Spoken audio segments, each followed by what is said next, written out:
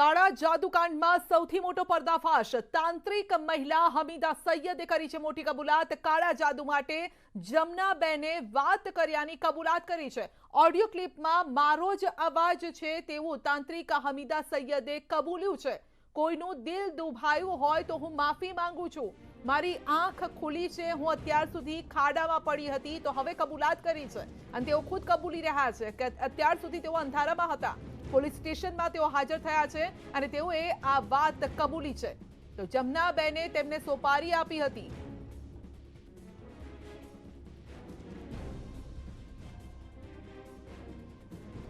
તો હવે એ જોવાનું રહેશે કે કોંગ્રેસ હવે જમનાબેન સામે કઈ રીતની કાર્યવાહી કરે છે, કારણ કે કોંગ્રેસનું કહેવું હતું કે જો આરોપો જે લગાવવામાં આવી રહ્યા છે તે સાચા ઠરશે તો તેમની સામે એક્શન લેવામાં આવશે। બીજી તરફ જમનાબેને કહ્યું હતું કે જે ઓડિયો ક્લિપ વાયરલ થઈ છે તેમાં મારો અવાજ નથી, પરંતુ હવે તાંત્રિક ખુદ કબૂલી રહ્યા છે। પોલીસ સ્ટેશનમાં હાજર થયા તેમણે કબૂલ્યું છે કે હા, મારી સાથે વાતચીત થઈ હતી।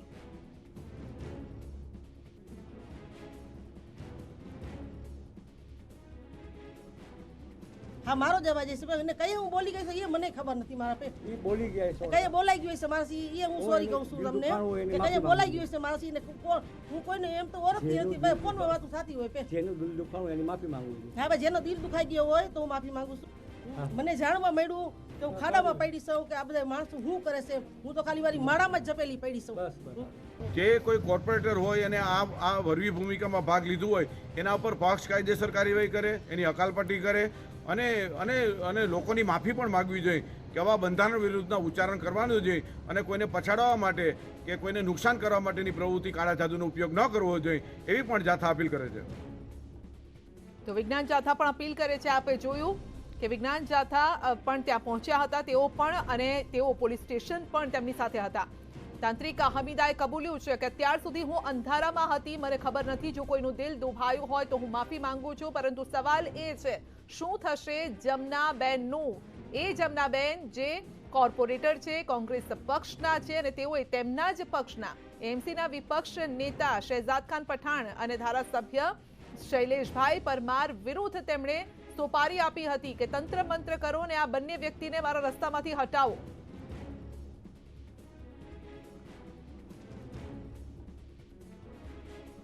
તો દિવસભર કોંગ્રેસના આ કાળા જાદુનો કકળાટ ચાલ્યો। જો કે છેવટ સુધી જમનાબેન તરફથી તમામ આરોપોને નકારાયા અને દાવો કરાયો કે મારા વિરુદ્ધ આ એક કાવતરું છે।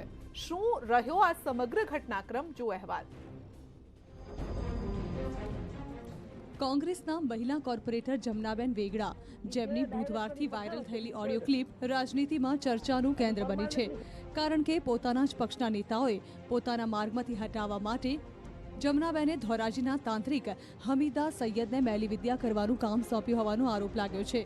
દાવો કરાઈ રહ્યો છે કે નેતા વિપક્ષ ન બની શકતા જમનાબેને એએમસીના નેતા વિપક્ષ શહેજાદ ખાન પઠાણ અને દાણી લીમડાના ધારાસભ્ય શૈલેષ પરમાર પર તાંત્રિક વિધિ કરવાની કામગીરી સોંપી। ઓડિયો ક્લિપ વાયરલ થયા બાદ શહેજાદ ખાન પઠાણ, શૈલેષ પરમાર સહિતના નેતાઓએ હાઈકમાન્ડમાં ફરિયાદ કરી। જગદીશ ઠાકોરે પક્ષમાં જ તપાસ બેસાડી खुद कांग्रेस माथी जमनाबेन नी पार्टी माथी हकालपट्टी करवानी मांग उठी। मैंने आज तक मेरी राजनीति में कभी नेगेटिव राजकारण नहीं देखा, इस लेवल का नेगेटिव राजकारण नहीं देखा। परिवार को काफ़ी डिस्टर्ब रहते हैं परिवार ये सब मुद्दों से। यदि कोई किसी व्यक्ति पर ऐसे मैसेज आते हैं कि आप पे कोई काला जादू करता है, कोई काली विद्या करता है, तो कोई हिंदू परिवार होता है वो कोई पुजारी के पास जाता है, मुस्लिम होता है वो कोई मौलाना के पास जाता है, तो इस तरीके की घटनाओं में इस तरीके का सहारा लिया जाता है। आ रीते काળી તાંત્રિક વિધિથી કાળો જાદુ કરીને પોતાના સાથી કોર્પોરેટર, પોતાના જ લીડર, પોતાના જ નેતાને, ધારાસભ્યને ખાત્મો બોલાવી દેવો, એટલે કે એમને ખતમ કરી દેવા, આવો કિસ્સો મારા લાઈફમાં પહેલી વખત આવ્યો છું। ખૂબ ગંભીર બાબત છે। આવી વ્યક્તિને જાહેર જીવનમાં રહેવાનો કોઈ અધિકાર જ નથી। આ પ્રકારની અંધશ્રદ્ધામાં માનતા વ્યક્તિઓ પૂજા અર્ચના કરે અને કોંગ્રેસના નેતાઓને નુકસાન કરવાની ભાવના એના મનમાં જાગે, એટલે ઘણું બધું ત્યાં આવું થઈ રહ્યું છે જે આપના પણ ધ્યાનમાં આવ્યું। તો આ પ્રકારે કોંગ્રેસ હવે અસ્ત થવા જઈ રહી છે। એક ષડયંત્રનો ભાગ પણ હોઈ શકે એની પણ પાર્ટી તપાસ કરી રહી છે અને જે તથ્ય જણાશે એમાં જમનાબેન વેગડ પણ જો દોષિત જણાશે તો શિસ્ત સમિતિ 100% કાયદેસરના પગલાં લે છે. અમે આવા બાવા ભુવા તુતારામાં માનતા નથી. અમે બુદ્ધ અને બાબા સાહેબના અનુયાયી છીએ, બુદ્ધના રસ્તે ચાલનારા છીએ અને અમે માનવતા અને સમાનતાના રસ્તે છીએ. મારું રાજકારણ પૂરું કરવાનું કાવતરું કર્યું છે. સાંજ સુધી ભૂગર્ભમાં ઉતરી ગયેલા જમનાબેને તાંત્રિક વિધિની વાયરલ ઓડિયો ક્લિપમાં અવાજ પોતાનો હોવાની વાતથી ઇનકાર કર્યો. સાથે જ મીડિયાને કેવા સમાચાર ચલાવવા જોઈએ તેની સુફિયાણી સલાહ આપી. જો સમાચાર ચલાવવા જ હોય તો દેશમાં મોંઘવારી, બેકારી, બેરોજગારી, કુપોષણ અને મહિલાઓની અસુરક્ષાની વાત કરવી જોઈએ. અને અત્યારે ખાસ કરીને વાત કરું તો ચીનની બોર્ડર પર જમીન પચાવી પાડી છે જે ચીને, એની વાત કરવી જોઈએ. કોંગ્રેસમાં આંતરિક ખેંચતાણના કિસ્સા નવાઈની વાત નથી, પરંતુ આ રીતે અંધશ્રદ્ધામાં વિશ્વાસ રાખી કોઈ ચૂંટાયેલો પ્રતિનિધિ તાંત્રિક વિધિનો સહારો લે એ કથિત દાવાથી હાલ રાજ્યનું રાજકારણ ગરમાયું છે, જેના કારણે કોંગ્રેસ મજાકને પાત્ર બની છે. પ્રણવ પટેલ સાથે સંજય ટાંક, ન્યૂઝ 18 ગુજરાતી, અમદાવાદ. મુખ્યમંત્રી ભૂપેન્દ્ર પટેલની અધ્યક્ષતામાં યોજાયેલી કોર કમિટીની બેઠકમાં લગ્ન અને સામાજિક પ્રસંગોને લઈને થોડી છૂટછાટ વધારાઈ છે. હવે બંધ સ્થળે યોજાતા લગ્ન કે અન્ય કોઈ સામાજિક પ્રસંગમાં વધુમાં વધુ 150 મહેમાનોને હાજરી આપી શકાશે, જ્યારે કે ખુલ્લા સ્થળે યોજાતા લગ્ન કે અન્ય પ્રસંગોમાં વધુમાં વધુ 300 મહેમાનોને હાજર રહેવા માટે પરવાનગી પણ આપી દેવાય છે, મંજૂરી અપાઈ છે. ઉપરાંત 8 મહાનગર સહિત રાજ્યના 27 શહેરોમાં લદાયેલો રાત્રિ કર્ફ્યુ 11 ફેબ્રુઆરી સુધી યથાવત રખાયો છે. રાત્રિ કર્ફ્યુનો સમય પણ 10 વાગ્યાથી સવારના 6 વાગ્યા સુધીનો રહેશે. અન્ય તમામ નિયંત્રણો અગાઉ જે લગાવાયા છે તે યથાવત રખાયા છે.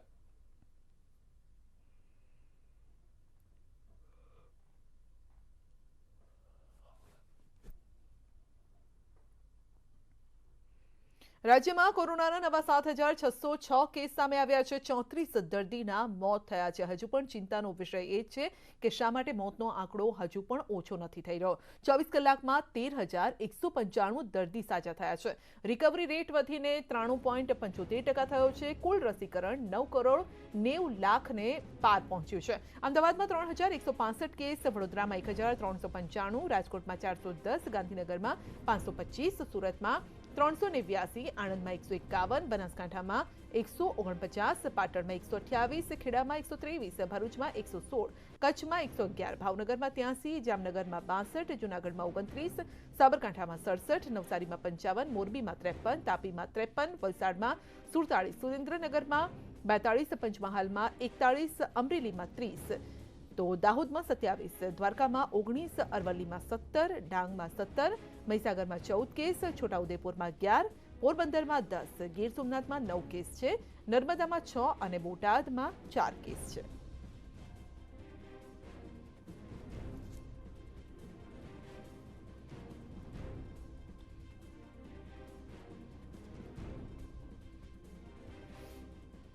પેપર લીક થવાના કારણે રદ કરાયેલી હેડ ક્લાર્કની પરીક્ષા 20 માર્ચે યોજાશે. ગુજરાત ગૌણ સેવા પસંદગી મંડળે પરીક્ષાની તારીખ જાહેર કરી છે. 45 દિવસ બાદ 20 માર્ચે બપોરે 12 થી 2 વાગ્યા દરમિયાન હેડ ક્લાર્કની પરીક્ષા યોજાશે. 12 ડિસેમ્બરના રોજ ગુજરાત ગૌણ સેવા પસંદગી મંડળે હેડ ક્લાર્કની 186 જગ્યાની ભરતી માટેની પરીક્ષા યોજી હતી, પરંતુ બાદમાં તેનું પ્રશ્નપત્ર ફૂટી ગયું હોવાનો ખુલાસો થતાં પરીક્ષા રદ કરાઈ અને 80,000થી પણ વધુ ઉમેદવારોનું ભવિષ્ય અધ્ધરતાલ બન્યું. નવેસરથી તૈયારીઓ શરૂ કરી હતી અને ત્યારે યુવાનો આશા રાખી રહ્યા છે કે આ વખતે પારદર્શક અને ગેરરીતિ વિના પરીક્ષા યોજાય. જૂનાગઢમાં એક વ્યક્તિને મહિલાની છેડતી કરવી ભારે પડી છે. માંગનાથ રોડ પર છેડતીનો આરોપ. એક મહિલાએ એક પુરુષને માર્યો. રસ્તા પર જાણી જોઈને ભટકાતા માર્યો છે માર અને સમગ્ર ઘટના સીસીટીવીમાં કેદ થઈ છે.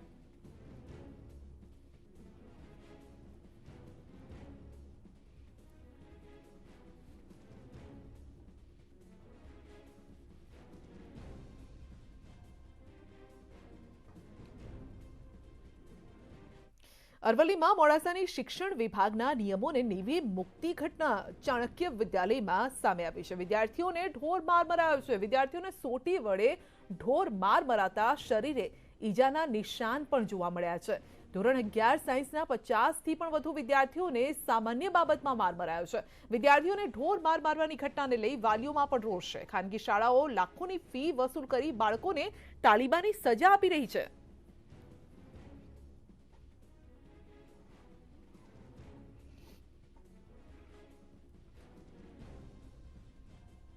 તો વિદ્યાર્થીઓને ચાઠા પડી ગયા છે શરીર પર. આપ જોઈ શકો છો, સોટીએ તેમને માર મારવામાં આવ્યો છે. તો સોળ પડી ગયા છે વિદ્યાર્થી, તેઓ કગરી રહ્યા છે. તેઓ વાલીઓને રજૂઆત કરી હતી અને હવે વાલીઓમાં પણ રોષ છે. બુલેટિનમાં આગળ વધીશું નાનકડા બ્રેક બાદ.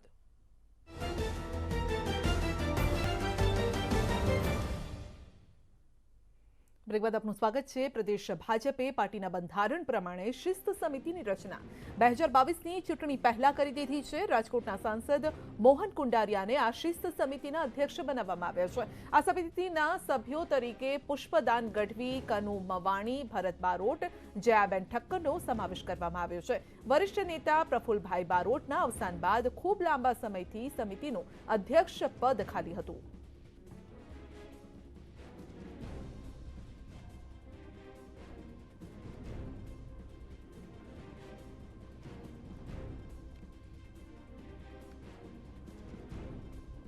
કરી છે. આ કમિટી સુપર સારું કામ કરશે, કોઈ પણના પ્રશ્નો હશે એને સારી રીતે સાંભળશે અને નિરાકરણ લાવશે. અને આ કમિટી અમારી દર 2 મહિને મળવાની છે અને આવતી કમિટી અમે કચ્છમાં મળવા માટેનો નિર્ણય કરેલો છે. હવે પછી એની તારીખ જાહેર કરવામાં આવશે. શિસ્ત સમિતિ એ ભારતીય જનતા પાર્ટીની ખૂબ જૂની વ્યવસ્થા છે. પહેલા શિસ્ત સમિતિના અધ્યક્ષ તરીકે સ્વર્ગસ્થ પ્રફુલભાઈ બારોટ હતા. એમનું નિધન થતાં હવે શિસ્ત સમિતિના ચેરમેન તરીકે આદરણીય મોહનભાઈ કુંડારિયા જવાબદારી સંભાળી રહ્યા છે.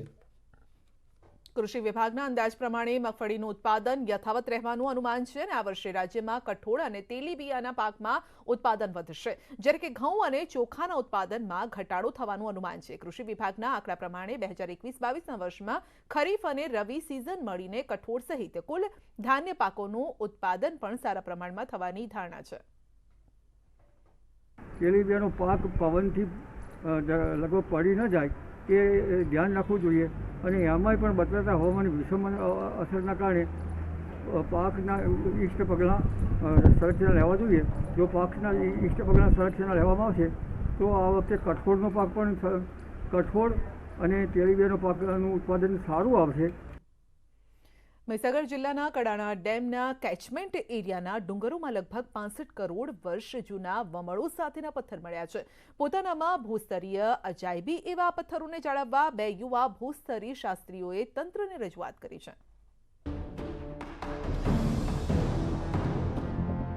દેખાવમાં સામાન્ય જણાતા પથ્થરોમાં કરોડો વર્ષનો ઇતિહાસ દરબાયેલો છે. આ દ્રશ્યો છે મહીસાગર જિલ્લાના કડાણા ડેમના કેચમેન્ટ એરિયા પાસે આવેલા ડુંગરાળ પ્રદેશના, જ્યાં 2 યુવાન ભૂસ્તર શાસ્ત્રીઓ તીર્થરાજસિંહ સોલંકી અને પુષ્પરાજસિંહ સોલંકીએ સ્થાનિકોની મદદથી આ પથ્થર શોધી કાઢ્યા, જે 65 કરોડ વર્ષ જૂના હોવાનું સંશોધનમાં સામે આવ્યું. પથ્થરની અજાયબી છે તેના પરના વમળ, જે કરોડો વર્ષ પહેલા ત્યાંથી વહેતા પાણીને કારણે સર્જાયા છે. હવે આ જે સ્ટ્રક્ચર છે એ આપણને બતાવે છે કે અહીંયા સેલો પાણી, છીછરું પાણી હોય એ રીતનું કન્ડિશન હશે જ્યારે બી આ પથ્થર ત્યાં બન્યો હશે, જ્યારે એ રેતી ત્યાં આવી હશે. તો એટલે આ સ્ટ્રક્ચરનું ઇમ્પોર્ટન્સ છે કે એ આપણને એ વખતનું એન્વાયરમેન્ટ બતાવે છે કે એ કઈ રીતનું એન્वायरमेंट હતું. कि इसका इम्पोर्टेंट इसलिए है कि ये 65 करोड़ साल पुराने हैं और फिर भी ये इंटेक्ट कंडीशन में उसका जो पूरा स्ट्रक्चर होना चाहिए वो इंटेक्ट कंडीशन में वहाँ पे स्टोर है, तो उस वजह से इसका इम्पोर्टेंट है. बाकी कितने भी बाकी कुछ है एडी करंट मार्किंग जैसे उथा में है ऐसे, लेकिन उसकी एज जो है वो मोर यंगर है. इसकी 65 करोड़ ईयर्स है. ડાયનાસોર યુગ 20 કરોડ વર્ષ પહેલા હતો, જો કે કડાણામાં આ પથ્થર તે અગાઉના એટલે કે 65 કરોડ વર્ષ પહેલાના છે. આ સમયે ભારત ભૌગોલિક રીતે આફ્રિકા ખંડ સાથે જોડાયેલો હોવાનું મનાય છે. આટલા વર્ષોથી પથ્થર પર વમળો સચવાઈ રહ્યા છે તે પોતાનામાં ભૂસ્તરીય અજાયબી છે. રસ્તાના કિનારે 10 બાય 15 ફૂટની જગ્યામાં સચવાયેલા પથ્થરોને નષ્ટ થતા રોકવા અને સાચવવા જરૂરી છે. આ માટે બંને ભૂસ્તર શાસ્ત્રીઓએ જિલ્લા કલેક્ટર અને જીઓલોજીકલ સર્વે ઓફ ઇન્ડિયાને જાણ કરી છે. જો ટેકનિકલ એક્સપર્ટ ટેકનિકલ ગાઈડન્સ લેવા માટે કે કેવી રીતે એને પ્રિઝર્વ કરી શકાય, કેવી રીતે પ્રોટેક્ટ કરી શકાય, અહીંયા કલેક્ટર ઓફિસથી MSU બરોડાનો જીઓલોજી ડિપાર્ટમેન્ટ અને જીઓલોજીકલ સર્વે ઓફ ઇન્ડિયાનો જો વેસ્ટર્ન ડાયરેક્ટર છે એને અહીંયાથી પત્ર લખવામાં આવ્યો છે કે આ લોકો ટેકનિકલ એક્સપર્ટાઇઝ પૂરી પાડશે જેનાથી એને પ્રિઝર્વ કરી શકાય. પાણીના પ્રવાહ અને દબાણને કારણે રેતીમાંથી કાળક્રમે જે ખડકો તૈયાર થાય છે તે જળકૃત ખડકો કહેવાય છે. હવામાનની અસર વચ્ચે કાળક્રમે આ પથ્થરોનું સ્વરૂપ બદલાય છે. ત્યારે 65 કરોડ વર્ષ જૂના આ વમળ સંશોધકો માટે અભ્યાસ અને સામાન્ય લોકો માટે અચરજનો વિષય છે. મિતેશ ભાટિયા, ન્યૂઝ 18 ગુજરાતી, મહીસાગર.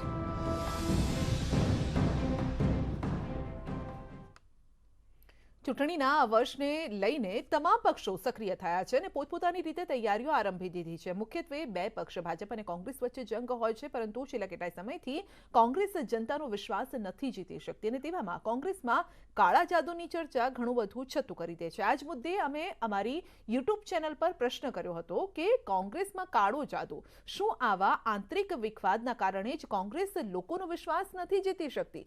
85% લોકોનું કહેવું છે, માનવું છે કે કોંગ્રેસની હાર પાછળ આંતરિક વિખવાદ જવાબદાર છે, જ્યારે કે 15% લોકો આ વાત સાથે સહમત નથી.